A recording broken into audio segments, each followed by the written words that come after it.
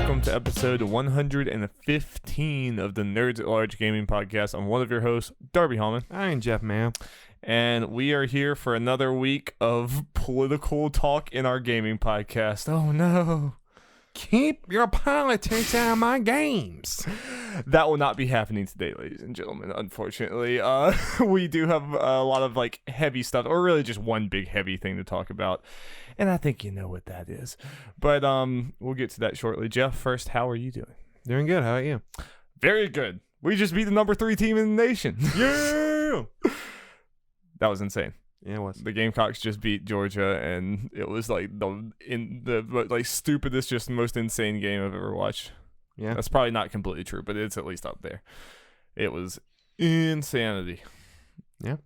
But other than that, football is finally good for me for the first time this whole year. But good thing gaming has always been there for me, even as my football teams lose over and over and over again. Jeff, what have you been playing this week? I've been playing Yooka-Laylee in the Impossible Lair. Is that old Banjo-Kazooie clone that was bad? No. This is the Donkey Kong Country ripoff thing, clone thing. That's good. Now, ripoff's bad. Yeah. Ripoff's bad things. Considering a bunch of people that worked on Donkey Kong Country. It's reductive, yes. Yeah, it's very reductive. So this thing, apparently, according to other people, this thing actually turned out, like, as the love letter to this genre or whatever, this one actually succeeds. Yes, this one succeeds in a lot of ways. A lot of people have been comparing it to Tropical Freeze. I don't think I'm far enough to exactly make that comparison as far as compares quality-wise, but at least from a game perspective, looks and all that, I see it already. Yeah. And again, they're like the closest thing we have to like a modern console Donkey Kong Country games, obviously, so that makes sense.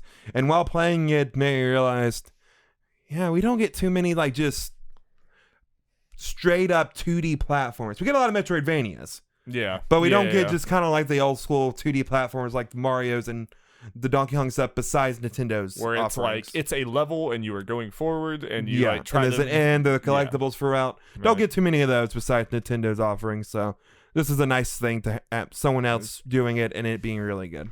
Yeah. So is this in the same, is it like in the same exact engine as Yooka-Laylee? Does it look exactly like the 3D Yooka-Laylee, just side? Yeah, that's it. Basically. Yeah. Okay. I haven't looked at the 3D one in a while, so it's hard to completely. Are any of the control problems from the previous one present in here? Is it just completely different? Control is great. All right, good. Dari, you can't say a 2D platform is good and say the controls are bad. No, this is very true. I just know that was one of the biggest problems was like some of the controls and some of the wonky stuff in the previous one. I think 2D platformers overall, like mechanically, not that it's easy, but it's easier to like not mess up. Yeah. Than it's a lot more full simple, 3D. but yeah. At least that's just from a basic control perspective. But you also have to have like varied environments, and like the things you're doing have to be like entertaining and difficult enough to like keep you going. So yeah, well, I guess since you mentioned the violence, I'll mention that real quick. I've kind of seen it some, and I think people clarified there is a good variety. But they can be a little samey because they kind of use this whole like village aesthetic a decent amount.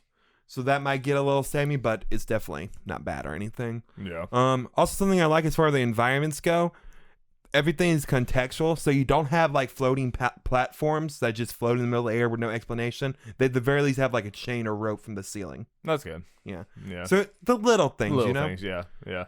So, for people who don't know what this Yooka-Laylee and the Possible Lair thing is about, you play as Yooka and Laylee. It takes place after the 3D game, based on the dialogue and all that. And I'm forgetting the main villain's name, but the like Bumblebee dude. Yeah, the Bumblebee dude. He stealing Queen Bee's guards or whatever with a mind control device or something. And you face off with him in the Possible Lair. You lose. You get knocked out of it. And the queen's like... Capital B. Yeah, that's right. So the queen's like, yo, if you want, you can go through all these levels, all these books or whatever that are throughout this map and gather my battalion. And get them to go through the impossible layer. And the important thing is kind of like Breath of the Wild, where you can go into possible layer and you can technically beat it before you do any other level. Oh, okay. But it is probably almost impossible because the level's ridiculously hard and long. I feel like that's a interesting concept for a 2D platformer. Yes, it is very interesting to be able to jump to the end So- and like see how bad you get beat. I feel like that's normally an RPG thing. Yeah. And when you go into the level, the little screen says how many times you died or how many attempts you had, and your highest percent record through the level. So like, is jumping to there like super hard because you don't have abilities that you need? No, it's just because it's hard. It's because you need to train. You need to like No, train and get better before you get As there. far as I know, you have all the abilities, like your actual platforming abilities from the get go. I haven't really unlocked anything besides after the initial. Well, that's even more. That's actually like more exciting to me. Cause that probably shows you like, look how good you're going to be at this game. Like But no, here's the interesting thing, Darty. You still need to get good at it, and it's still going to be very difficult. But the whole thing with the battalion, when you're unlocking them, you get one at the end of each level. And what they do is they take a hit for you in the impossible layer. So they're like lives. Okay. Or your health or whatever. Okay, so there is some mechanic that you're like building up there by playing the game. So the more levels you play, the more hits you can take. And there are about 40-ish levels, I think, or 40-ish Bs you can get. Wow. But the level is ridiculously long and hard. I've seen a little of it played. I think for Easy Ally streamed it. I just saw a little bit of them playing it. And yeah, it's going to be a rough thing to do. I think it took Damiani once you get there. They're like, I mean, it looks like it's taken people multiple hours once they even got to it with all the bees. Even with all the lives. Yeah, so. I'm sure there's people on YouTube that have done it with no lives, though.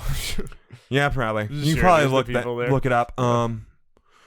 And so, even not talking about the possible, I can't really talk about it yet. I will at some point. Mm-hmm. I had the thought, and I'll run this by you just real quick. What if okay. Well, there we go, guys. But what if once I beat all the levels, we just do a stream of me going through it? Okay. I play some of it so I at least learn some of it, but then me actually maybe beating it, we have it on stream. That sounds good. Okay. Sounds good. But sounds good to me. So even twitch.tv/NerdToLargeGaming.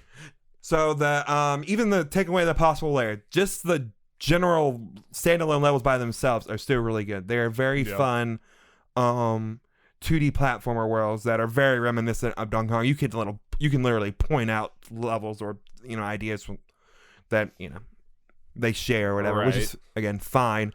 And they even use Laylee as kind of like the buddy mechanic thing, because in Donkey Kong Country games, you can get a buddy like Diddy Kong or Dixie Kong, and they take a hit for you and then they leave.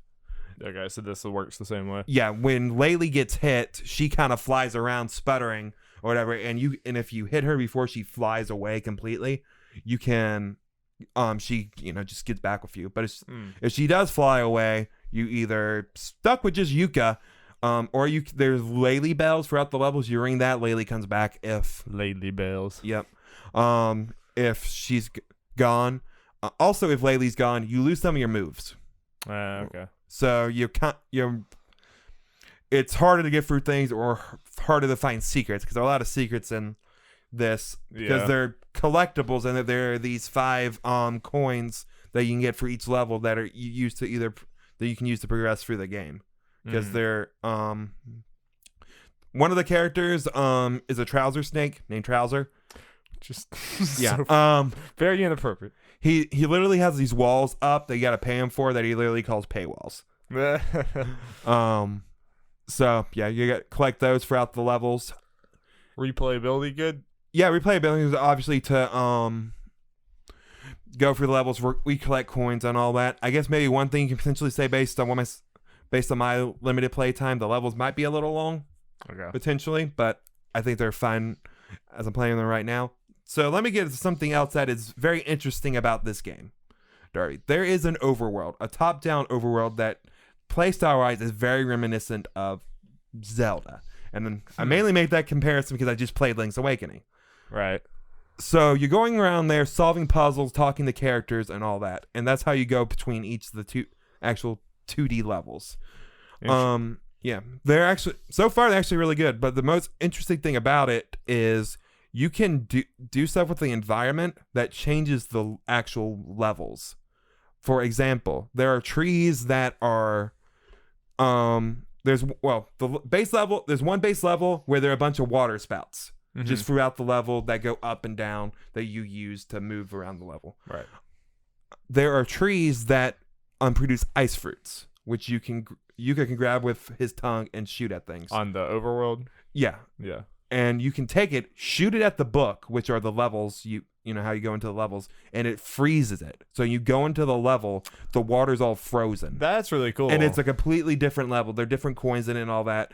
It might sound like, oh, that's kind of lazy, but they're like completely different levels so far. So it's just like playing it in a completely different way. Yeah, they're technically like 20-ish books that's levels, but it doubles it because everyone has a variant. Every single one. And you got to use them in the overworld. You got to solve the little puzzles or figure out how you got to change the level. Some of them are more obvious than the others so far. That's a pretty interesting idea. Yeah, there's one of them where there's a scientist character that has a machine filled with monsters.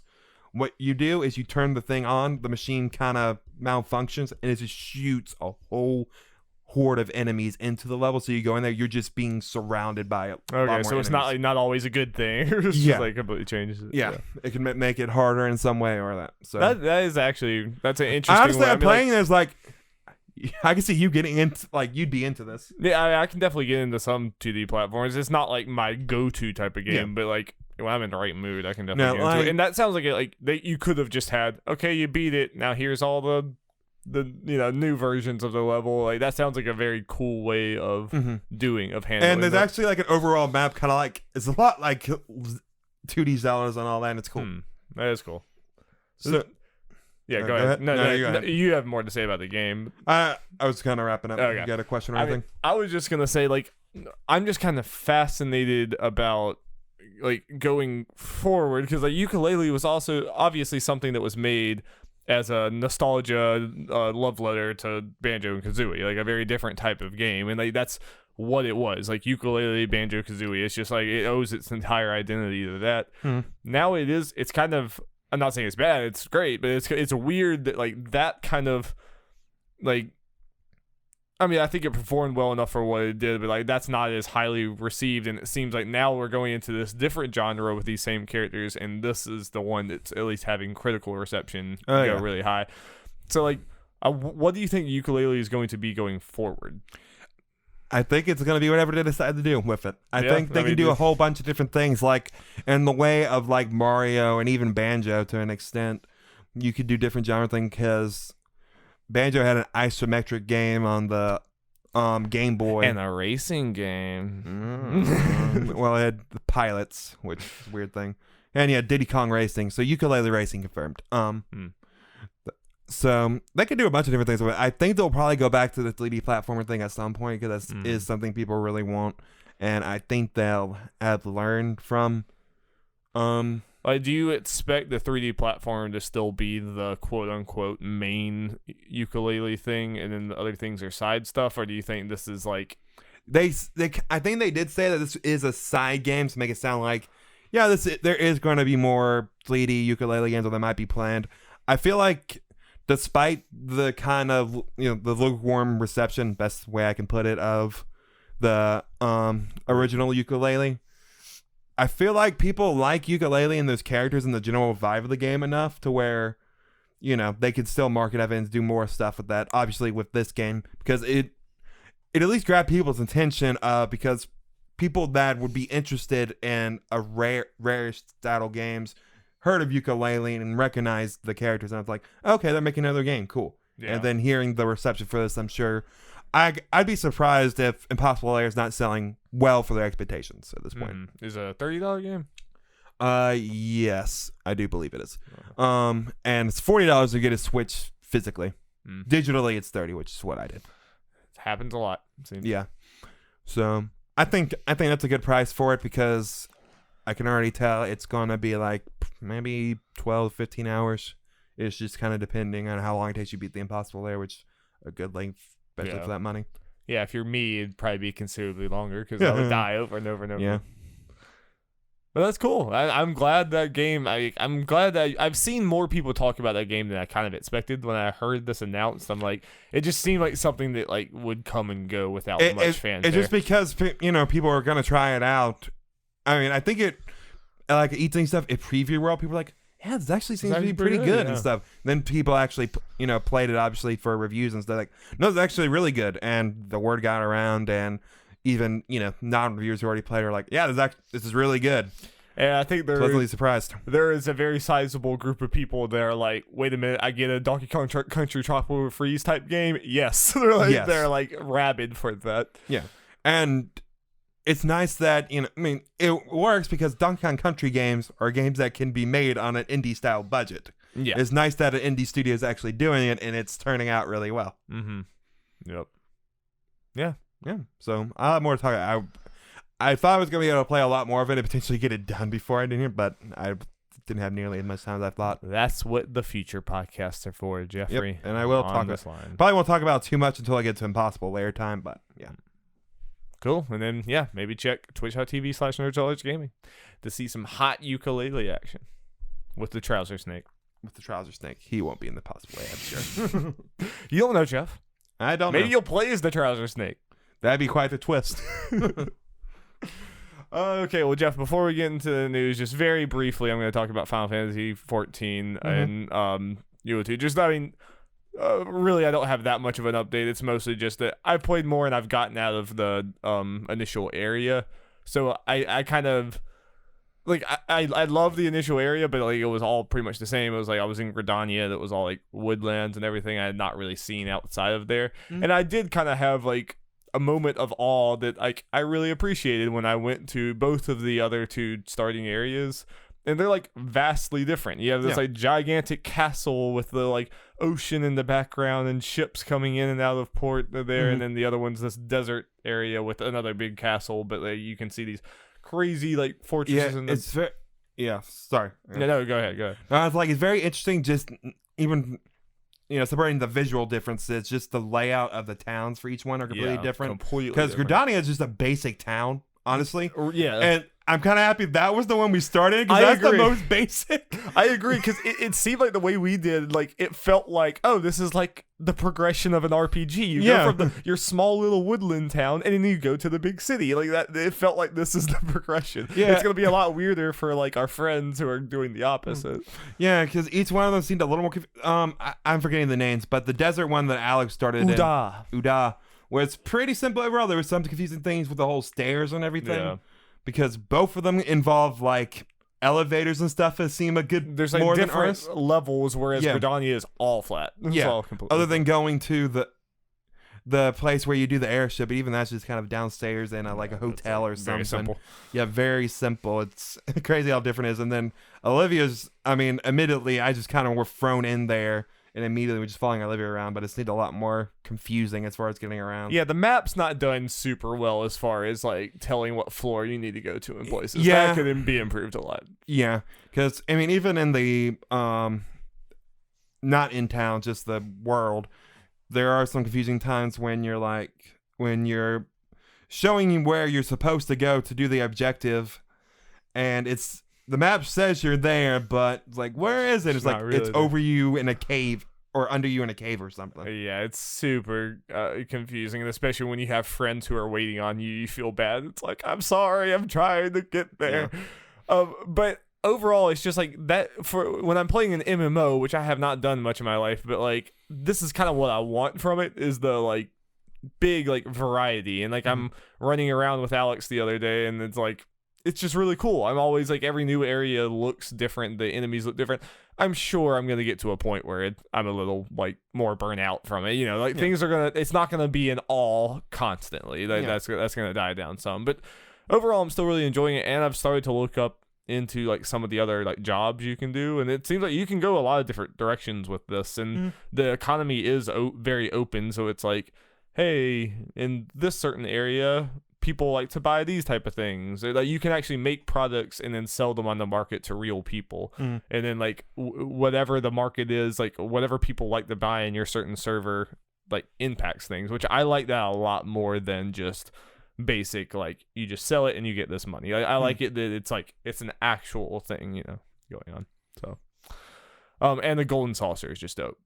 It's super, super cool. It has the Final Fantasy VII golden saucer music playing in it, and it like looks a lot like the golden saucer. There's a lot of work that went into this game, clearly, and we haven't seen apparently the best parts. So you had a hint of some story stuff with as we were going off of the airship. yeah.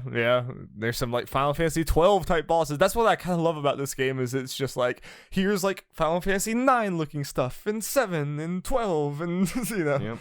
We're putting everything in this. Yeah, which when you're like me and you who've loved the series, it makes it like, yeah, this is the no-brainer MMO for us to get into. Yep. Yeah. Super enjoying it. All right. Well, fun and games are over. Speaking against things that I enjoy, let's get into the news. News jingle. Jingle, jingle, jingle. So, Darby.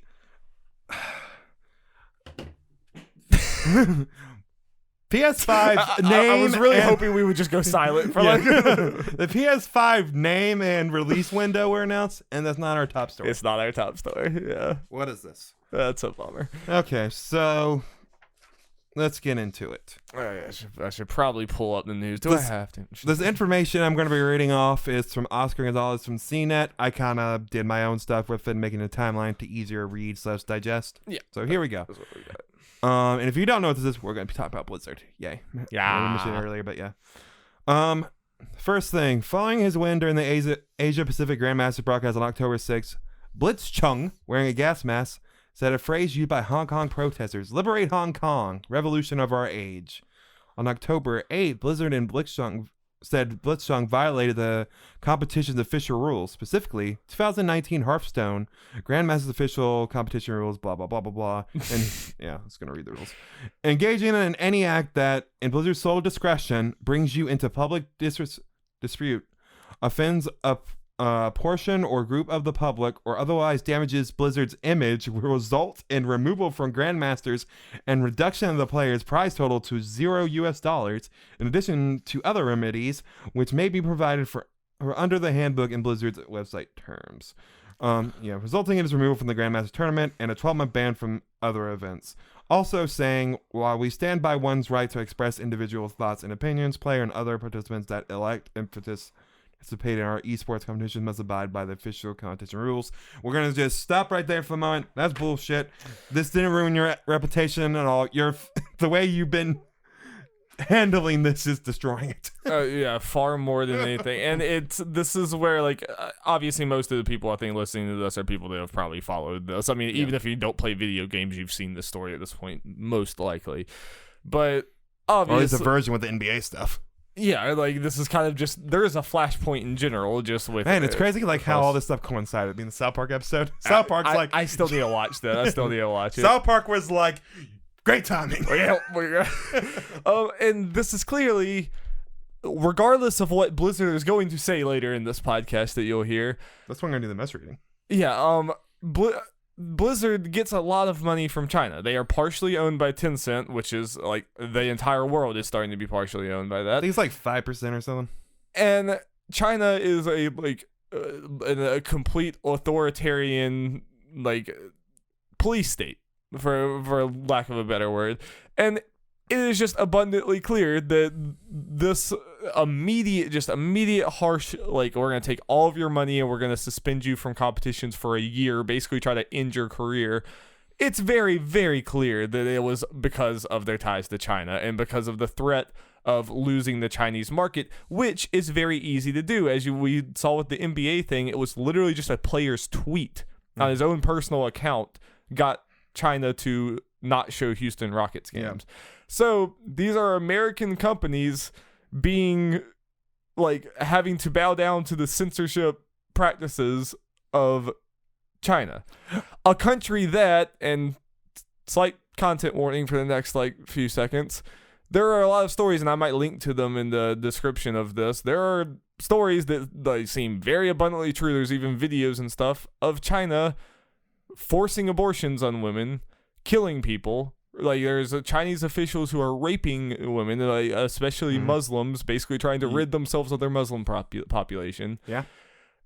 And like arresting people, and like people just disappear when they speak against China. So this is something that like, this is not like someone just came up there and like shouted at some like Trump sucks or something. It's not like that. These are actual like human rights. Like this is human rights violations to like Holocaust type levels.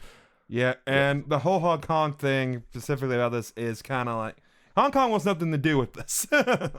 They're kind of more of a free thing, have a free thing going on, and China trying to get in the way of that. They're trying to stop it. Right. They are fighting for democracy and freedom because they are, I mean, they used to be a British colony. They kind of have they're under China, but they have their own government, basically. And like, we're not going to go over everything with the Hong Kong protests. We're not the authority, and, you know, it's a lot. But, it started from China cutting into their freedom. It was an extradition bill where, people could they could come up with a bullshit reason to arrest people and send them to mainland China, and then they're screwed. I think I forgot to put this in some point, but something important to bring up with the Blitzchung thing. The 2 commentators or whatever that were interviewing him were fired. They were also fired. And like they've been interviewed afterwards too, and they're just like, they cut away from it, and they like literally like physically like ducked down from it. It's like they were just hired to be there to interview this guy. It's kind of unbelievable. And also I didn't read ahead on your thing, but also a few days later there were American competitors in the Hearthstone tournament that did a very similar thing. They held up a free Hong Kong boycott Blizz, and they didn't get punished. They're like, they get to perform. They had the option to keep performing in the Hearthstone tournament, and they themselves said, no, that's messed up. Why did you punish Blitzchung and not us? We're disqualifying ourselves. I saw that they did that. I didn't even think about the whole they didn't get punished thing, or didn't see anything about it. Yeah, the Americans did pretty much the same thing as Blitzchung and did not get punished, while Blitzchung did. The guy from Hong Kong. I wonder how things would go if someone mentioned American politics. So I guess speaking of China, and I don't think they're different there. Also on October 8th, a statement was made on Chinese social media platform Weibo, something like that. Here's a translation from IGN. Quote, "We express our strong indignation or resentment and condemnation of the events that occurred in the Hearthstone Asia Pacific competition last weekend, and absolutely oppose this dissemination of personal political ideas during any event or games. The players involved will be banned, and the commentators involved will be immediately terminated from any official business. Also, we will protect or safeguard our national dignity or honor." So, obviously, this is from the Blizzard China. But it's still one of those things, like, they gave America and China 2 different statements, because if this statement was given to Americans, that would be a very it would... So be terrible. We see where you're coming from, Blizzard. Yeah, no matter how you try to regardless, even if it's Blizzard China, like, it is someone using your name. It's like, your name is attached to this, and like their version of this was not, oh, we want to be neutral and we want to make sure we want to keep political speech outside of our things. It was, no, we are going to defend China. Yeah, like, we are going to defend the Chinese. It kind of starts out with the political statement thing, and then the end it's like, we will defend our nation's honor or something, and it's like, well, there you go. Then you kind of gave that away at this point. And I mean, this is where we get to a lot of things. I think me and you would probably both agree that, I mean, like, I understand in the basic sense not wanting all of your your post-match interviews to be people can just shout out any like sensitive topic, and when that's not what you're there for. But when it comes to human rights violations of this degree, doing this is not a neutral statement. No, you are not neutral by punishing things like that. It's not like they're saying there's for a certain like political candidate in any country. This is more like, hey, what's going on? It's pretty messed up, and anyone should agree with this. Like, I don't want to die. Or I don't want anyone else to, like, any people to die just because of who they are and all that kind of stuff. They haven't.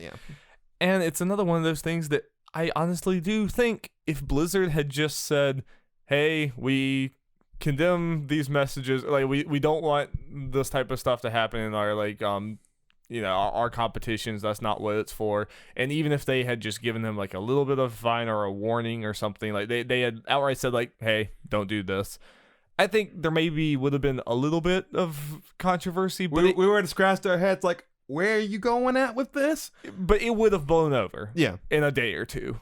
Yeah. It was the fact that it was immediate, and it was like the most severe punishment I've ever seen. There's people in the Overwatch League that have used like racial slurs and stuff, and they get like a little bit of a game ban. This That's guy's just a heater gamer moment.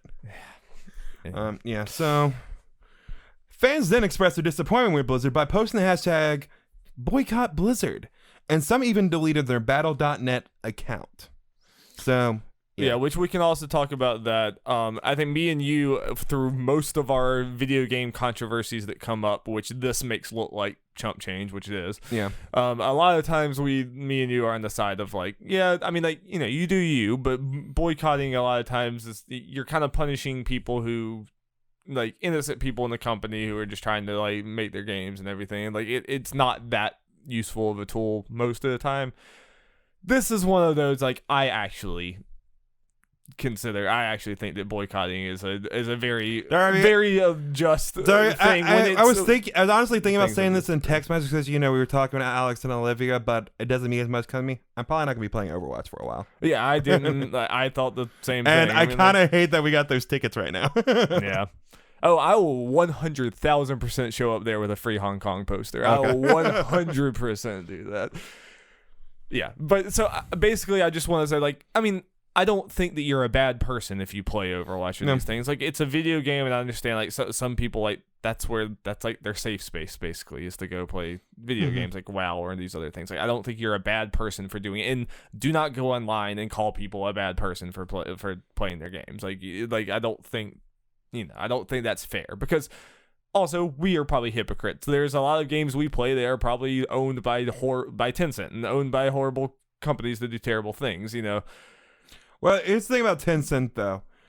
Tencent's not necessarily the problem with this, because I'm just going to say this. It's not in any of the notes, so I'm just going to bring this up now. Epic Games has said, hey, we're pretty much not doing any of this stuff that's happening right now. And they're owned by much... Yeah, it's like 40%. 40% is owned by Tencent. So Tencent has a much bigger claim in that company, and they seem to be okay with it. We will have to see if their future actions match those words, but yeah, it is, as of right now, that is kind of one of those things that it is like your feet haven't been put in the fire like Blizzard's has. It's easy to say that right now, but we'd have to see how that really goes. And I know you weren't doing this, but I was gonna say let's don't like blame Tencent necessarily. No, but it's just in general. I think we like, yeah, it's not Tencent and it's not China as a whole. Like, the Chinese people individually, this is not an excuse to be like, screw everyone from China. The most people in China are innocent and are under a super authoritarian government. But I do think that I'm glad that this whole situation and the NBA situation and just a lot of probably future situations are making us start to question economically recognizing China. Yeah. And like being involved so severely with our American businesses in a country that is committing human rights violations of this degree, because you're seeing it also. I'm sure you saw Apple there's a app that Hong Kong protesters have used to like say, hey, police are in this area, because police are literally taking people off the streets. It's like it's very corrupt. And they've been using this app to stay safe, and Apple took it off from pressure from the Chinese government. That's fucking terrifying. It is. And this is where, like, again, our American companies are being censored. We're being censored from Chinese authoritarian policies. And this is like, if we don't voice our display, if we don't like scream about this stuff, then it keeps going, because money talks louder, the whole China thing, to a much lesser degree than any of this, as far as like China influencing stuff for money, you look at just like, let's say Marvel movies, for instance, and just kind of the big blockbuster films. Those are doing increasingly well in China. That's just a fact. So they gotta have the Chinese audience and government as far as what they allow involved. So there is a chance, like, for example, they may not have, openly gay people as much of a forefront. Oh, absolutely. They might be able, they're going to have to try to do it to make it less obvious, or at least in a way where a translation can remove it. Like, I don't remember, this might have been the Easy Allies podcast where they talk about this subject as well. I can't remember. Or it might have been on the Kind of Funny podcast. One of those things. They mentioned just with Overwatch, the fact with China and like Russia and other countries, they don't have any. There's not really a mention of Tracer being and Soldier 76 being gay in the game. That's like just shout from the heavens or whatever, or clear, so they can be put in those countries, and they keep it to side stories like the Tracer comic where it confirms her girlfriend is not released in those countries. Yeah. And that's that might be a main reason we actually don't get any of those big story stuff in Overwatch, because they would have to hide Tracer being gay, and that'd be very hard to do depending on what they do with the story. And stuff like that might not seem as bad because of just the style of game Overwatch is, like not being a story game or whatever. But like going forward, like you said, it's like this gets worse when you get into major movies or major games with stories and everything. If you're gonna the problem in this whole situation is that the Chinese wallet, we always say vote with your wallet. Chinese almost has a bigger wallet. Or they at least have a big enough wallet to where it doesn't matter how, you don't want to piss them off and you want that market. So if you're making your game or movie and China wants you to censor this, or you're trying to play ball with their censorship rules, are you going to make two different versions of the game, wildly different versions of the game? No. You're going to censor those things and release that as the final product. Even though you wanted to do this stuff. And through American entertainment companies, and we just focus on entertainment. I'm sure this will get so much worse in other aspects of the economy, but we have to play ball. We have to play ball to horrible authoritarian censorship rules. Yep. And people are weaponizing all those rules, Darby. Another step some are taking is attempting to make Mei, a Chinese character in Blizzard's popular Overwatch game, a symbol of the Hong Kong protests. The hope is that the Chinese government will take note of the character's usage in protests and therefore ban the game. Which is not at all out of the realm of possibility. No, and that's what makes this funny. Yeah. I mean, the dude legitimately banned Winnie the Pooh because of internet memes. Yeah. Though I will say there was misinformation that we've said, I think, on the thing before about Winnie the Pooh. Pooh is not a white blob in Kingdom Hearts study. Okay. What is Pooh in the game? Yeah, apparently. Oh, okay.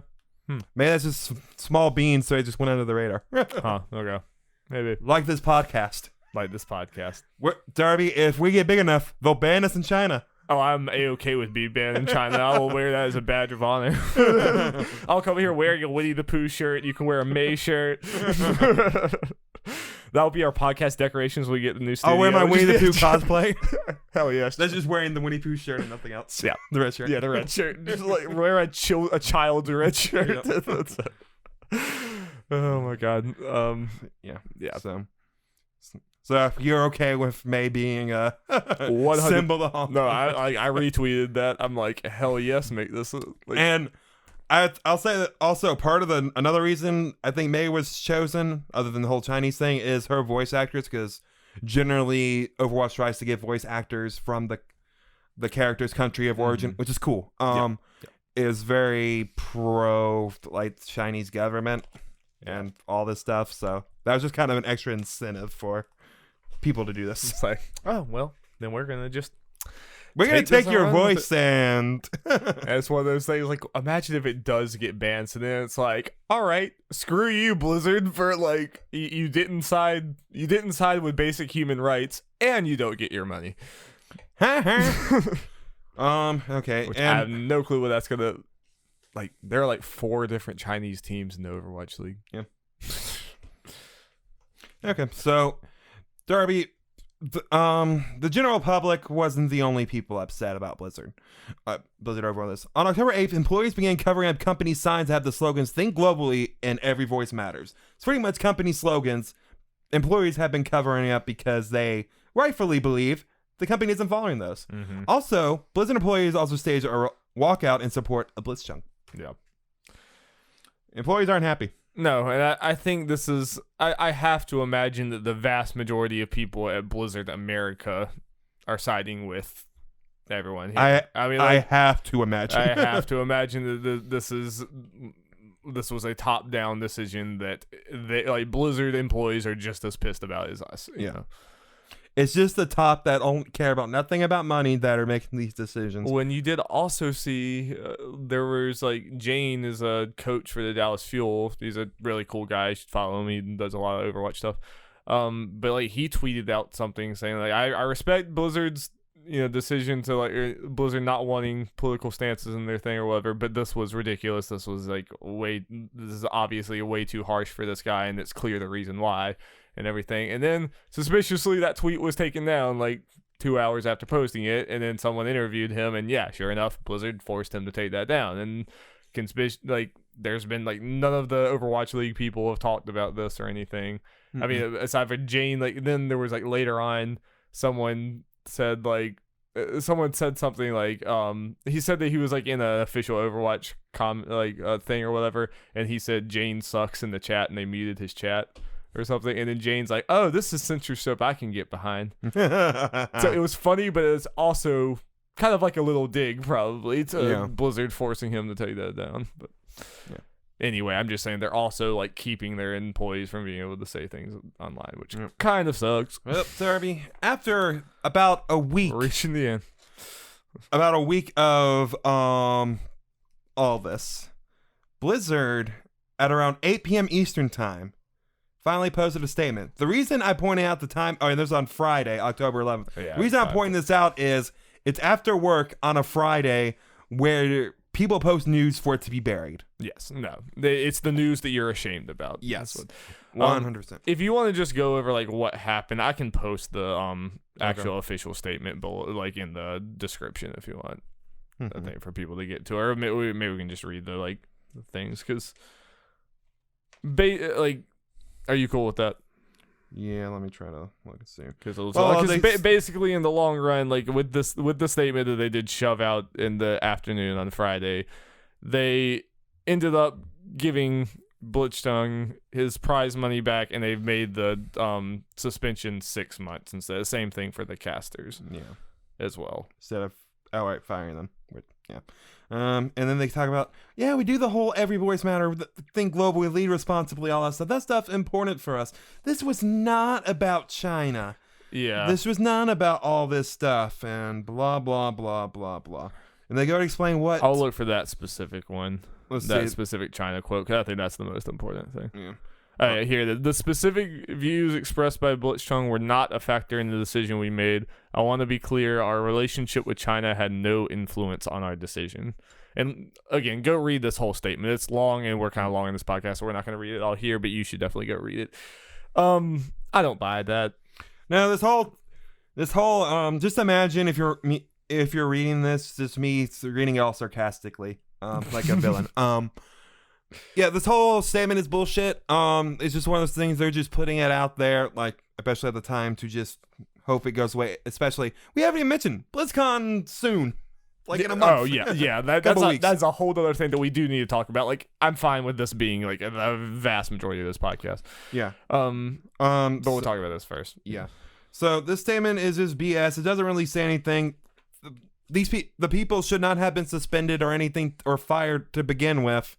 This doesn't change that. You're just oh, aren't we the good guys? We listened to the guys and shortened all this stuff. No. And it's just this whole theory of they understand people's frustration, but they don't care. Yeah. I mean, it just kind of bugs me, and this is something that I had tweeted or I texted with you about.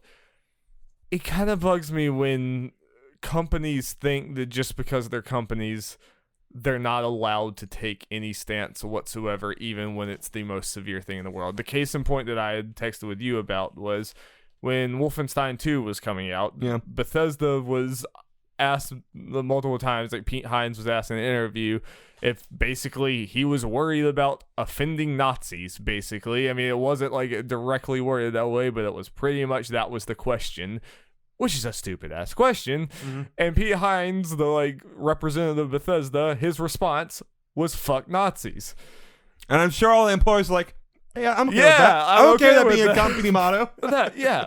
And I think overall, I understand corporations not wanting to like speak for everyone, not wanting, you know, on a lot of issues. Like a corporation like Blizzard is not going to want to come out and say we're pro-choice, even though like I think that's a very severe thing. Like there's going to be people within Blizzard that are unhappy about that. Well, you know, that's yeah. I'm just using that as an example. I'm trying to Yeah. think of like anything like that. Well, the as whole an thing with the example. whole company as a whole, obviously the people in it will feel differently and all that kind of stuff. But there are it's certain basic lines in the sand. yeah, I mean, they'll go, like companies like Blizzard, just you know, on big company accounts will gladly during Pride Month do all the rainbow stuff and say, you know, we're with you and all that, and then after that month's over, gone. Don't mention it. But also like that's Just because it's profitable. I mean, that's a good point, Jeff. That is like kind of a political stance that technically there are multiple sides on, but Blizzard is more than comfortable in taking a side on that. I mean, they have This gay is characters. something where like technically there is two sides on it. There is a China side. It's not the right side, and it's so clearly not the right side. That's a good point. That like they're okay with taking a stance there.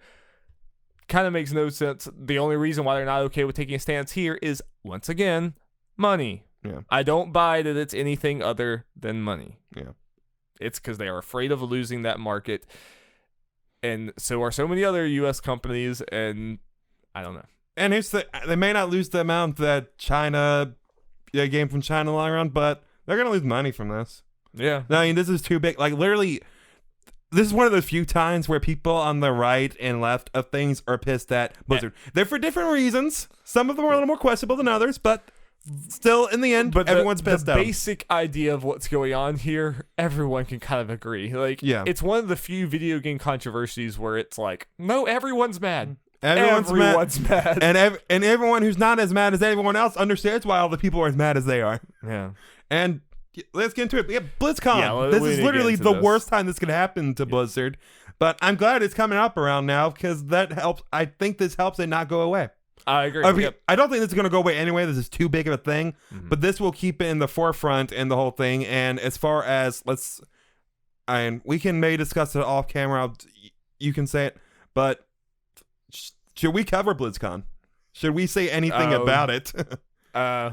Besides anything that's related to this conference, if Overwatch 2 is announced. Yeah, I mean, I think video game news, like big games announced, we definitely, I think, have.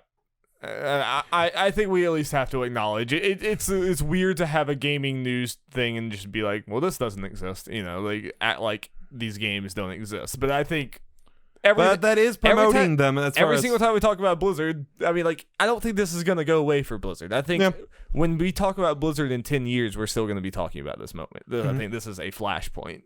But yeah, I don't know. It's an interesting thing to talk about. But yeah, I could have seen us potentially streaming it, or like a thing, especially with Overwatch. Especially with the Overwatch thing coming up, Yeah. I'm super into Overwatch. Especially this year, I've gotten more into Overwatch this year than I have at any time since it came out. But now, no. It's a bummer. I'm personally not doing it. Yeah. And I don't.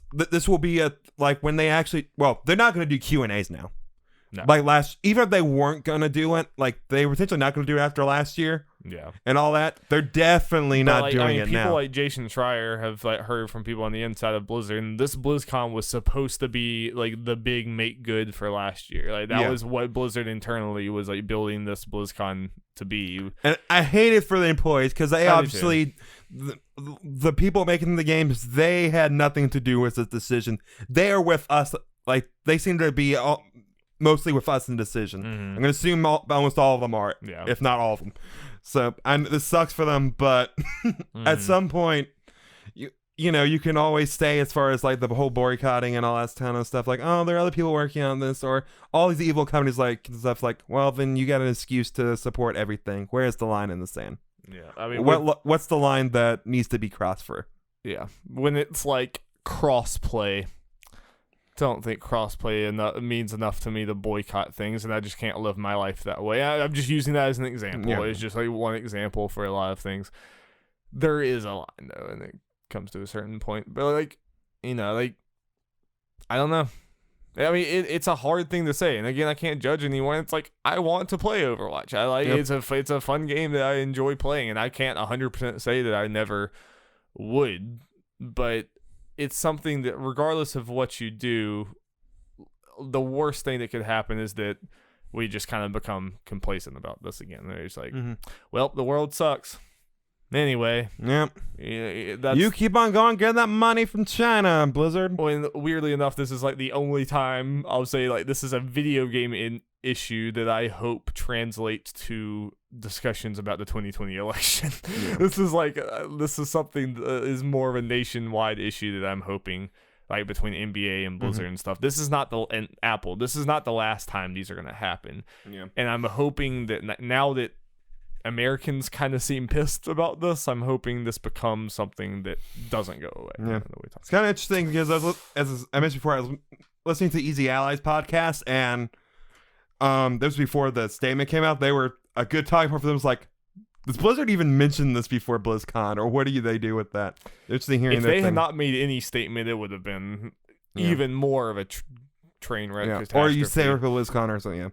Interesting. Oh, they will not bring this up on stage. Now they won't. No. With this, yeah. But it's going to be an absolute catastrophe. So, well, I'm sure on the their official stream, they're not going to show the people in Hong Kong May cosplays and Hong Kong protests, but I could see BlizzCon's going to become a full-on protest. Yeah. I sincerely kind of morbidly hope that they mic the audience, because I kind of want to see how much of a dumpster fire this becomes. But also something interesting is how much through extension that we look at Activision.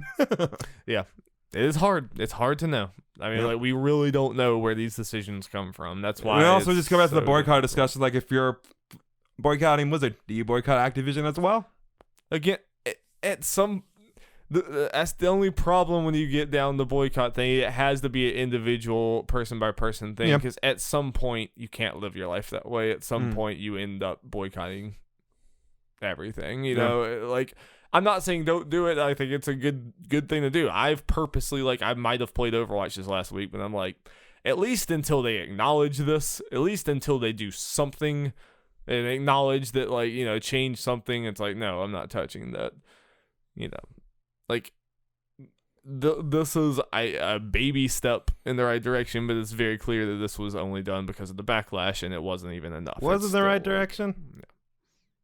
I mean, only in the sense that I guess it used to be he had his money taken in a year, and it's literally a step in the right direction. Just that the numbers are lower. That is literally the deal. I guess technically, but this is a very nothing statement that doesn't really do anything as far as the general problem. It just helps with the Blitzchung problem, which should completely go away anyway. Kind of comes out. I mean, this is too much for a video game podcast, and I apologize for this whole thing being kind of like this. We're an hour into this podcast, but it's just, I think as a country and as a world, we need to question economically propping up authoritarian regime that kills people. Yeah. Okay. Do we have some other lighter things that we can move on to, Jeff? We're talking about the PS5? Kind of quickly now. Yes, Jeff, I would like to talk about the PS5. So, Darby, I don't know if this will shock you, but the successor to the PS4 is in fact called the PS5. Darby died, guys. He was just too surprised. It's crazy. Happy Halloween. Sorry, I'm back. I thought for sure it was going to be called. Up that GameSpot article. I thought it was going to be called the Pony Station. What was it called in the place further in the universe? What? In the place further in the universe, you had it was a PlayStation 1, but it was called a Pony Station or something. Probably. I forgot. What open up that real quick. Jeff, we were talking about something important. Okay, I guess I'll open up this news. Okay, it's Walker Dance from GameSpot. I gotta find this out now. Earlier this year, we unexpectedly got the first details about Sony's next-generation console plans. Once again, the company has shared more, in somewhat unceremonious fashion, confirming the system's name when it's coming out. It's officially called the PlayStation 5. Its release date will fall somewhere in the holiday 2020 period. Also a shocker, Darby. While there's still no word Damn it. on what the PS5 price will be, Sony did also share the first Yes. details. Pony Station. Nice. Details on new features available in its controller, at least for now. Not yet called the DualShock 5. And more about the disc it uses, ray tracing support, SSD, UI features, and blah, blah, blah. Here's what we learned. The company announced some of the news on the PlayStation blog post. Quote, I'm proud to share that our next generation console will be called PlayStation 5. Will be launching in time for holiday 2020, said Sony Interactive Entertainment President Jim Ryan in the post. These updates may not be a huge surprise, but we wanted to confirm them for our PlayStation fans as we start to reveal additional details about our vision for the next generation. To that end, there are two key innovations with the PlayStation 5's new controller. First, Darby, and he actually said that in the quotes, he mentioned you. Whoa! We're adopting haptic feedback to replace the rumble technology found in controllers since the 5th generation of consoles. With haptics, you truly feel a broader range of feedback, so crashing into a wall in a race car feels much different than making a tackle on the football field. Yeah. You can even get a sense for a variety of textures when running through fields of grass or plodding through mud. Truly amazing stuff, Darby. The second innovation is something we call adaptive triggers, which have been incorporated into the trigger buttons L2 and R2. Developers can program the resistance of the triggers so that you feel the tactile sensation of drawing a bow and arrow or accelerating an off-road vehicle through rocky terrain. In combination with the haptics, this can produce a powerful experience that better simulates various actions. Game creators have started to receive early versions of the new controller, and we can't wait to see where their imagination goes with these new features at their disposal. End quote. Sony shared some more details on PS5 in an interview with Wired, similar to how it revealed the first PS5 information earlier this year. The company reassured fans, for example, that the hard drive seen in current-gen consoles is out, and a faster, more efficient solid-state drive is in. More new details include the PS5 will include a disc drive for physical games and 4K Blu-rays. Shocker, Darby. Physical's not dead yet. PS5 disc will have a capacity of 100 gigs. So, Red Dead 2, one disc. One disc. Game installation is mandatory. Boo! But the console will allow you to just install a multiplayer campaign, for example, or install the entire game, then delete the single-player portion once you're done. That is interesting. Yeah. That is pretty interesting. The controller doesn't have a name yet, but contains an improved speaker, USB-C connectivity, and a larger capacity battery. So it will now last 2.5 hours. There is a ray tracing acceleration in the GPU hardware, says Mark Cerny, lead system architect. The new UI will allow you to see more details on what you can play at any time, as well as more on what your friends are doing. It's fine, you Darby. Bluepoint Games, the studio behind remakes of Shadow of the Colossus, Uncharted, the Nathan Drake Collection, is working on a PS5 game that it says is a biggin. Can you give me a little bit more leg room? Thank you. Yes. This is kind of one of those things where it's like, yeah, sure. All the stuff sounds good. It's kind of, especially when you have like the haptic feedback on the controller and all this, it's like, okay, well, I'm kind of just reading a word salad press release until I actually feel that. It's hard to really know. And I think there's a tendency of like, with all these things, like they kind of oversell what ends up being like the Rumble's a little better. Cool. This will probably be used in 2 launch titles, maybe some smaller indie games, and never seen again. That's what it feels like. And this also, like, I think like HD Rumble. Yeah. It's no, like, everyone like acknowledges that, you know, when we went from like PS1 to PS2 and PS2 to PS3, these felt like big jumps, you know, like it looked so much better. We came into the HD era and like everything was crazy. And then from PS3 to PS4 was definitely, like, it is definitely a jump. Yeah. But it's not like this crazy mind-blowing jump that it is. And I think that's very obviously the case with this too. I think there's going to be a lot of things that are so much better, but I kind of feel for the marketers because it's a little hard to sell it. It's like we got to find what little things we can that are different about this and hype them up to agree. Not that any of this sounds bad, but it's just like I think it's going to be a better PC basically. It's going to be a more current gen PC in a console. What do you think? Yeah, I kind of agree. They have to kind of go in for the like controller stuff because it's probably not going to be big as a noticeable graphics update as stuff has been in the past. So they got to come up with some stuff and use these buzzwords that only a select few understand. It's completely. A lot of buzzwords that and a lot of stuff that's just very redundant in language, but it sounds cool. They're like all this stuff. So, there are things that I think are a big deal. Again, it's kind of smaller things, but that's what we're at when we come to different new consoles. It's kind of like small updates. Storage. Yeah, very important. I mean, that's going to be, especially as games get bigger and bigger and bigger. I think Red Dead is kind of showing you, hey, this is the because I think Red Dead is a future game that we were lucky enough to play in 2018, but it does not. It feels so much further at scope than anything else we play, and I think games are gonna start crossing that 100. And Last of Us is on 2 discs. Yeah, so that's gonna start happening more and more. So like the more space is good. Ray tracing is something that like I know when people have actually experienced it on PCs that can actually run it. Apparently it's crazy. It is like unbelievable. It's one of those things that like me and you can't, it's almost like VR. You can't really speak on it until you've seen it. So I'll take people's word. Overrated. Cool.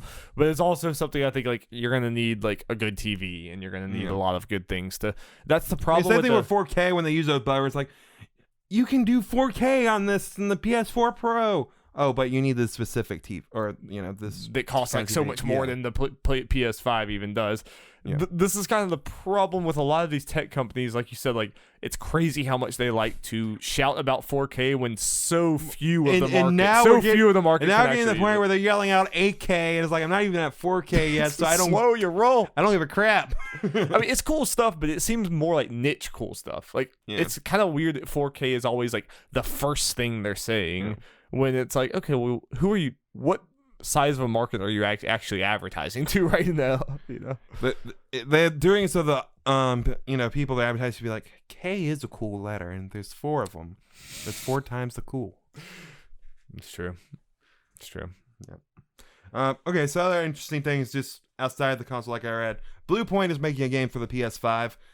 Darby, is this a long rumored Demon Souls? Metal Gear Solid remake. But we got that on the GameCube. No, full remake. Oh. Yeah, I don't know. I think Demon Souls is probably a decent possibility. I know that's been a rumor forever. Was there ever any meat to it? Was it like people? Yeah, it's one of those things that people have stuck to. But I can't remember if something like Jason Schreier or Daniel Ahmad have had info. Yeah, if anyone like who actually we know stuff. As connections have mentioned it, or just something people kind of just latched onto, just kind of making it fact. Yeah, I don't know. I've heard that for so long that it's kind of hard to remember how substantial that was. Either way, but I mean, they were teasing a long time ago, and they're teasing now that it's something big. So I mean, I do think it is. I can't wait for it to be Sly Cooper. Big. And you could like see the individual fur. I am very hyper curious, realistic. Though. It's just a real raccoon. They're saying it's big and all that kind of stuff, which of course they are. Physically big, like the Murray. Oh yeah. Would Demon Souls count as that big as they're hyping it up to be? I mean, I know it's kind of the start of the whole, the whole From thing, but. I mean, the way at least the way people talk about it, it's obviously a highly influential game. And Dark Souls as a franchise is that big. Yeah. I think Demon Souls did sell a lot. Like, I might be wrong, but I think Demon Souls sold quite a bit. But I just feel like, admittedly, I think the time Demon Souls come out, I wasn't as in tuned with video games as I am now in the, market and all that. But it kind of seems like people do mention Demon Souls, but it's more of a niche thing. And people generally mention like the first Dark Souls as far as the start and everything. I'm not saying Demon Souls isn't big or anything. I'm probably wrong, but I mean, I think especially you gotta remember Blue Point saying it's big, they're trying to hype up a I know, game that they're making. yeah, So I know. like if they had the rights to anything in the Dark Souls series, I think they're gonna hype that up. I think they're gonna go out and be like, we got something big. So just because they say it's big doesn't mean it's like, oh, how big is it's so I still think that Demon's Souls is And it's definitely curious, a since this is possibility. the one game they're talking about for PS5 in this thing. Yeah. Oh, also, I think worth bringing up. This is from Blessing Jr. on Twitter. Oh, hey. But also, like, Jacob, we should probably talk to Jacob about that, too. He would know a lot more about Demon's Souls and its actual level of popularity. From the PlayStation blog, Ghost of Tsushima is reconfirmed as a PS4 game. PS5 console release next holiday. And he says, my guess is a late spring/early summer release for Ghost of Tsushima. So that's just kind of not a big shocker or necessarily new news, but it's nice to have that reconfirmed that, hey, Ghost of Tsushima is a PS4 title. Just PS4 as far as we know. It'll be ported or it'll be backwards compatible on PS5 probably. Yeah. But it should come out before PS5. Yeah. You would assume. I mean, if they really wanted to, they could have just said, hey, it's going to be cross-gen. Get hyped. Yeah. But I think that is hype to already say that. So, we know it's not too far. I do find it so crazy that Ghost of Tsushima has taken them this long. Like, how early in the gen. They're the one that finished their last game the earliest. Yeah, I mean, yeah, Infamous Second Son was like 3 months after the PS4 launch. Yeah. And it's just crazy to me that they're going to be the last one finishing from the game. Last of Us. I know they're the last one announced, but I think we all assumed that Sony learned not to announce things way ahead of time, and Ghost of Tsushima is going to be as bad as the other ones. Which was crazy. It already felt like by the time we got Ghost of Tsushima, it was already like, well, finally. It's like we've been waiting to hear about Sucker Punch. I think it's very clear that something went wrong. Whether it was or Sucker Punch was working on Sucker Punch was working on a different game. They scrapped it for Ghost of Tsushima. Before it was announced. Okay. Yeah. Like something happened that I don't think that Sucker Punch has just been tirelessly working on Ghost of Tsushima for 6 years or however long it's been. And so it's still kind of a thing of, man, and the way you're showing off in the beginning is like you think this would have been closer. Yeah. I mean, it's crazy. Like, the whole last year to E3, like, this is our big four, and we're getting one of them. Spider-Man came out a couple months after that. Death Stranding's like a year and a half-ish after that, almost exactly. Last of Us is close to 2 years after that. Ghost of Tsushima is going to be 2 years after that. One thing Sony needs to do better next gen is the period between announcement and release. Like, it's awful this gen. Well, and I mean, one thing that I think is probably going to help that. Sequels? No, I don't think they're going back to E3. Yeah. So I think they won't have the obligation to, we have to show these games every year, even if we don't need to. I honestly think you're just going to hear less from them, but when you do, it's going to be meaty things. Because I want Sony to keep focusing on just a handful of really good games instead of a bunch of mediocre games. I like the way that they've been doing these first parties. They just need to speak less. You know what they could have done better with? Concrete Genie. That's out. Yeah. And all this stuff was announced the same day as Concrete Genie came out. Oh, yeah. It's like they just wanted that game to die. They just wanted there to be no talk about that game. It's their own game. It's like, it's so weird. Yeah. I don't know. Speaking of announcing this while something else was happening, Darby. This comes from Rebecca Valentine from GameIndustry.biz. There was something I was going to say about it. Okay, sorry. No, that was a good segue, Darby. I lost it, so anyway, continue. I'll be sure to interrupt you mid-sentence if I remember. I forgot to get the time codes. Oh, no. Okay, yeah, so let's get to it. The time code's not going to match up with the segue, but whatever. The segue's dead. Sony Interactive Entertainment European branch has reportedly laid off dozens amid a multi-division restructuring. GameIndustry.biz sister site Video Games Chronicles reports that affected divisions included marketing and PR, in addition to layoffs also occurring on the U.S. creative services team, with at least one employee sharing the situation on Twitter. Some employees are being asked to re-interview for former positions. This announcement was made to employees on the same day as a Wired report that shared new details on Sony's upcoming PlayStation 5, and all that kind of stuff. Blah, blah, blah. Some employees reportedly feel this is a sign of the growing influence of Sony Interactive Entertainment in America and the reduced influence of the European side, with American executives coming to Europe to make the announcement and Europe employees not being informed of the Wired article reveals at all. That sucks. Yeah, that especially that last part is kind of that is crazy. It kind of goes with and they kind of here, the whole thing with I think they end up going into it in later paragraphs, but it was kind of recapping thing with the Sean Layden announcement. What we were hearing from a couple sources that there was some weird restructuring and power stuff going on. Yeah, and it makes sense. I mean, there was Imran Khan and Greg Miller had talked about it on Kind of Funny Games Daily, how they had kind of heard that there were problems in Sony of just almost too many cooks in the kitchen, where it was like, Sony America needed the permission of Sony Europe and Sony Japan to do something. So it was like even just asking PR for some information. It was like, oh, wait, let me go through all the channels. And it was like, it wasn't centralized enough. So in the broad sense, I think it kind of makes more sense for you to just pull most of your leadership under one roof instead of being separated out. Like, you kind of see Square Enix having that problem of Square Enix America and Square Enix Japan are completely different things in many ways. Yeah.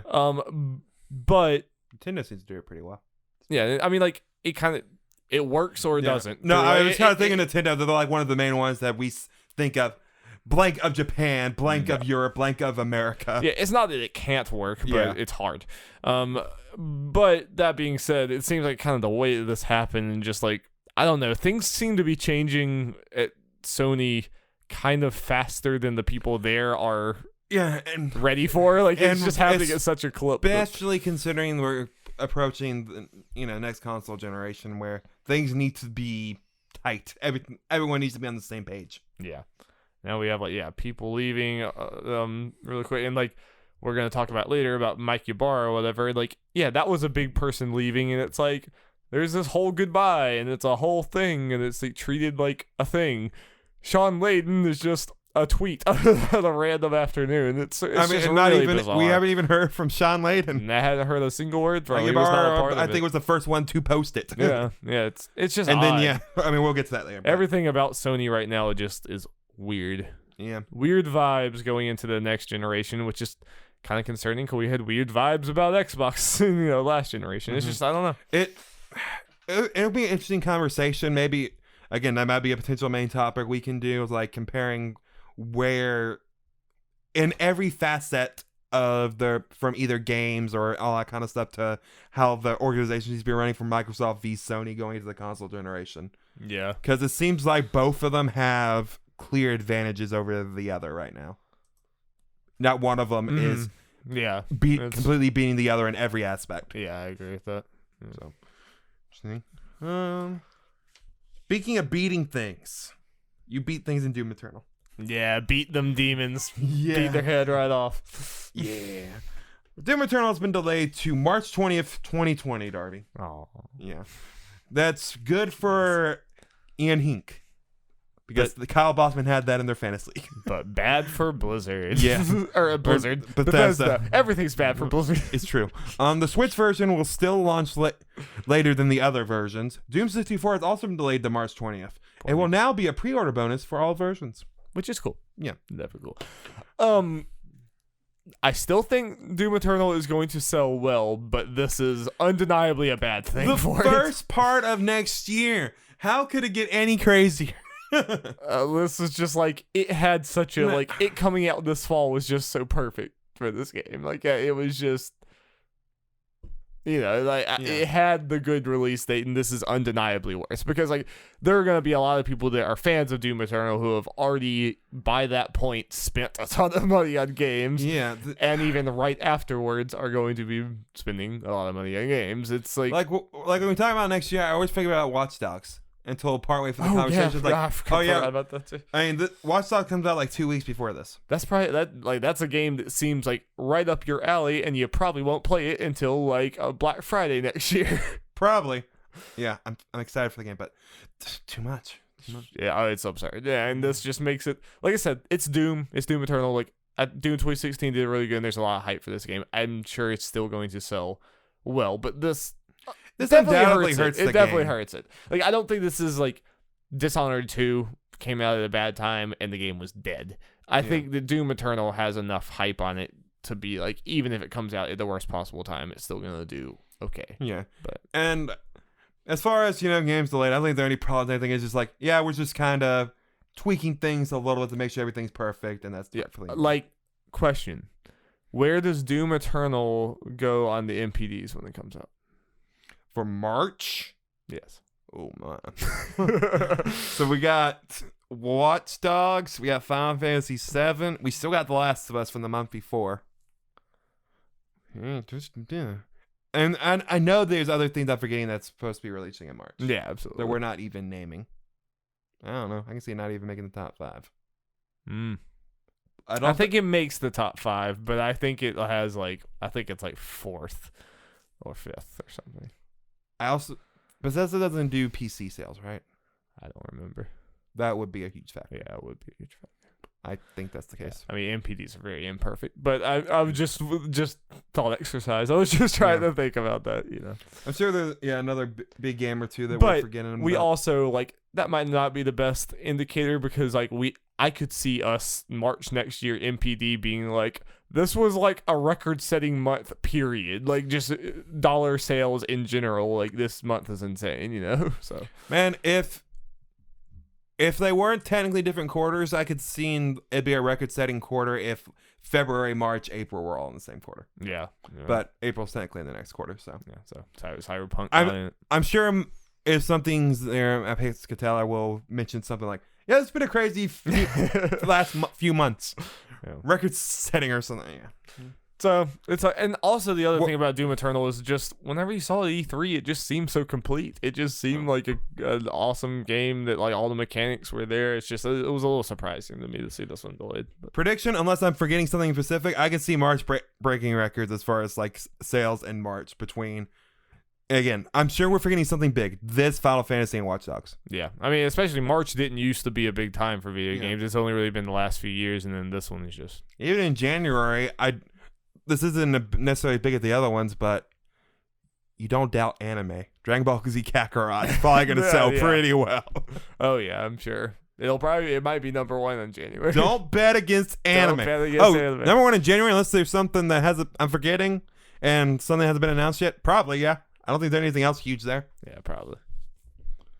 Fighters was almost number 1, and that's only because Monster Hunter was there. That's the reason it didn't make Don't it. bet against anime. Don't bet against anime. Words to live by. Speaking of anime, no, it's not anime at all. But no, it's not anime. there could be There's nothing anime related to any of these companies. There could be a Hitman anime. Okay, Hitman was owned by Square Enix. There's your connection. There you go. This is from Alyssa Judge from IGN. Warner Bros. Interactive and IO Interactive are teaming up together once more to make a video game, but it seems that it won't star Agent 47. The publisher and developer worked together on 2018's Hitman 2 after IO split from previous publisher Square Enix. The two companies have now announced a new console and PC game experience that seems to be separate from what they previously created. While they're keeping tight-lipped on what exactly it is in the works, we do know that IO Interactive's 2 studios in Copenhagen and Malmö will be developing the game. IO Interactive CEO Hakan Abrak said in a press release that the teams are currently staffing up to begin development in earnest. Quote, as we embark on this exciting project to create a new universe for IO Interactive together with Warner Brothers, we're currently looking for ambitious talent to join our team in our Copenhagen and Malmö studios for this extraordinary journey, he wrote. The new universe is key since that suggests an entirely new IP is in the works. However, Warner Brothers didn't explicitly confirm in the release whether a new experience means an entirely new IP or a new game in the Hitman series. They're making a Batman game. They're making a Batman game. They're making a stealth Batman game. Everyone at Warner Brothers works on Batman, isn't it? It's true. And Mortal Kombat. Which is also Batman. Yes. Joker's in the game. Yep. It's Batman. Yep. It's canon. That's canon. Yeah, they're making the game. It's not a whole lot to go off of here. I'm a little surprised that it seems like it might be away from Hitman, because it just seems like they're on a roll with that.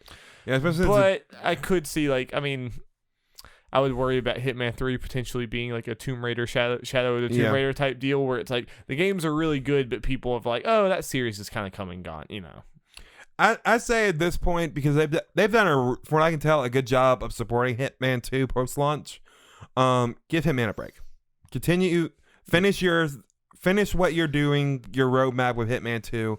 Take a break for a game. Especially if you have just a dope idea for and you have Warner Brothers money behind it. Do that. Stretch your creative wings. Come back to Hitman. Yeah, IO's definitely earned it. Especially because, again, people that play these Hitman games love them, and we need to play more of them. Yes, but on stream.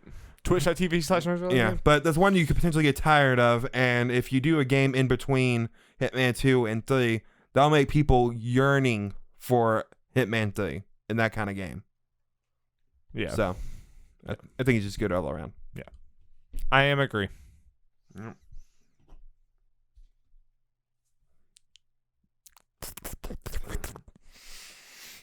I have no segue for this one. We're going straight in. Speaking of not having segues, this comes from Asher Madden from Windows Central.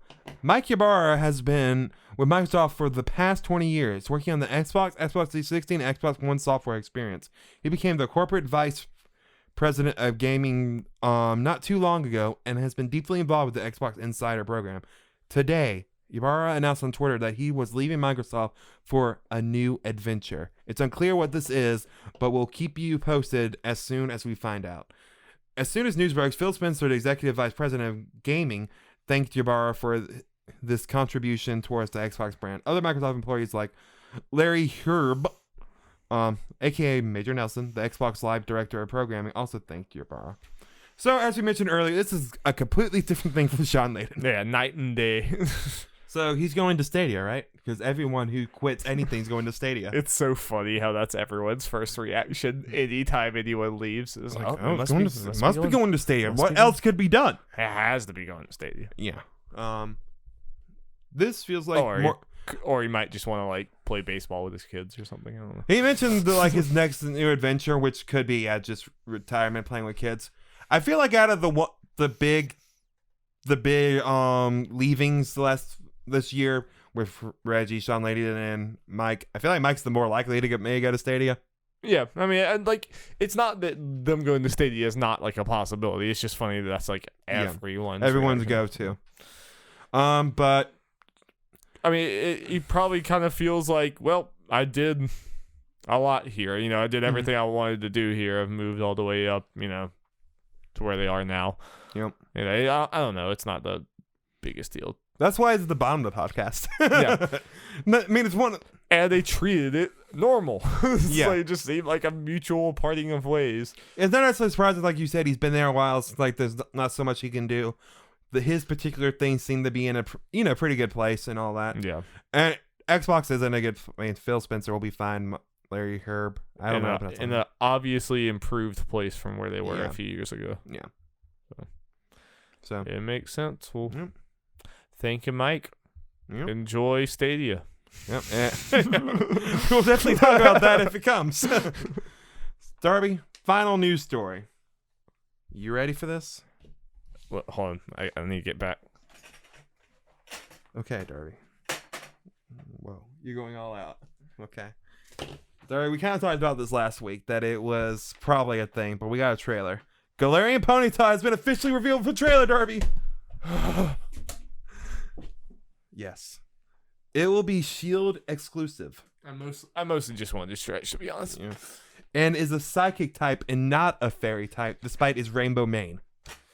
Yeah, that thing looks like a fairy, Jeff. Yep. Give me my little psychic But he can't be a fairy because my beautiful baby boy Galarian Weezing is the one true fairy. Honestly, I was hoping when we saw this that it wasn't going to be fairy somehow, because that'd be two Galarian forms that are fairy. Yeah. It's cute. Yeah, it is cute. It is adorable. Cute little So, unicorn. this is my dilemma. I I like Galarian Ponyta. So give me the cases both ways for Shield and Sword. Like, what is drawing you either way? I'm assuming that's where you're going. Yeah. Yeah. So here's the thing: we don't have much to go off of. The only things we have are, a little batch of like pseudo legendaries, which honestly is not going to be a deciding factor for me one way or the other, because they're old Pokemon, so that's hardly ever a deciding factor for me with deciding which game. We have the gym leaders, the Ghost Guy and the Fighting Girl. Fighting Girl in Sword, Ghost Guy in Shield. Yeah. That's not really a big thing either. Is it a Ghost Guy? I thought it was another Ghost Girl. It's a guy. His name's Alistair or something. And then we have, as of right now, as far as new Pokemon go, I think the only new Pokemon they said is one or the other is Surfetch'd in Sword, and Ponyta in Shield. Got the dilemma. I mean, I don't know. It's like, do you want to go for badass or cute? Yeah, and I just feel like Ponyta might be more like evolved into something interesting. It could be like a flying psychic. I kind of like Ponyta. Yeah, and honestly, I don't care for Surfetch'd type. I enjoy his majestic eyebrows. What is he? He's just a fighting type.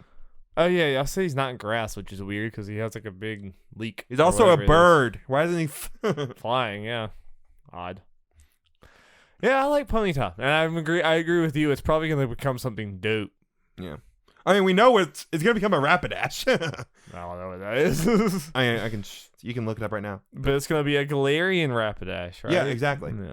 So it's gonna be a psychic type, but isn't Surfetch just the end of that, or does it become something else? Like would Surfetch is Farfetch'd evolution? Yeah, so it's not. So it's not gonna become something else. I don't see them giving it another evolution.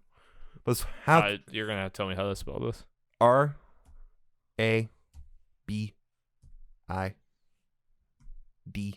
You can do it a little faster. Okay, maybe that's what. Oh, it's RIP. Sorry. It's rapid and then dash. But the D is in part of both, I think. Yeah. There we go. Yeah. There we go. We got there eventually. It's a horse. It's the majestic horse. See, Rapidash is already a unicorn originally, but Galarian Ponyta is also a unicorn. So it will become a unicorn. It's going to become a bicorn. Yeah. People are thinking just because of the way of unicorns and all that kind of stuff that it might grow wings and become a flying type. Okay. So psychic flying, which would be pretty cool. Yeah, I vote Ponyta. Okay. I mean, if that's the only thing we're going off of right now. Yeah, that's the only thing. I'm sure they'll announce more, but right now, look at that thing. Just, part of I'm asking you, Dari, because what version I get does influence you with the whole Nuzlocke thing. It does indeed. I mean, like, I would never, like, if you decide you want to do Sword, like, do what you want because you're the one buying the game. But right now, I'm leaning towards Shield because Ponyta and Ghost Guy. I thought it was a girl this whole time, but he's cool. So I can get Galarian Weezing either way, so you know what? Yeah, that's the important thing. Galarian Weezing would be a deciding factor, Darby. Yeah, but as far as we know, it's in both. I sure hope he's good because I want him on the team. His typing is actually pretty good, and it's just, I mentioned this to you before, but understandably you would forget. It's default ability Levitate. Takes away one of his weaknesses. Like he's weak against ground. It makes him immune to it, which is big. That's very big, yeah. Yeah, he's a good typing. So, yeah. Looks like all right now so we are currently Shield. That is the current Shield status of Jeff's. We're going to be contrarians because everyone's going Sword at the moment. Though Ponyta has made people question their whole beliefs. Because they want you to buy both. They do. I mean, but here, don't give in, Jeff. So, but I'm not. But here's the thing. At this point with the internet, it's just easy to trade for it over the internet for Pokemon you don't have. The whole thing for me deciding is, honestly, I don't make it easier to get some Pokemon I want, so might as well get it anyway, and mainly asking you for the Nuzlocke because we can't trade in the Nuzlocke. Right. So, decide on Pokemon that we can get naturally. I hope we actually get the Ponyta. Yeah. It's the luck of the draw. The whole thing with that was, like, as far as Nuzlocke goes, deciding between is, like, Ponyta would probably more likely to be on my regular team. Surfetch could be good for Nuzlocke memes. Yeah, but I mean, you get what you want to get. Yeah, I know. No. But I do vote Ponyta. Okay. So you're currently Shield.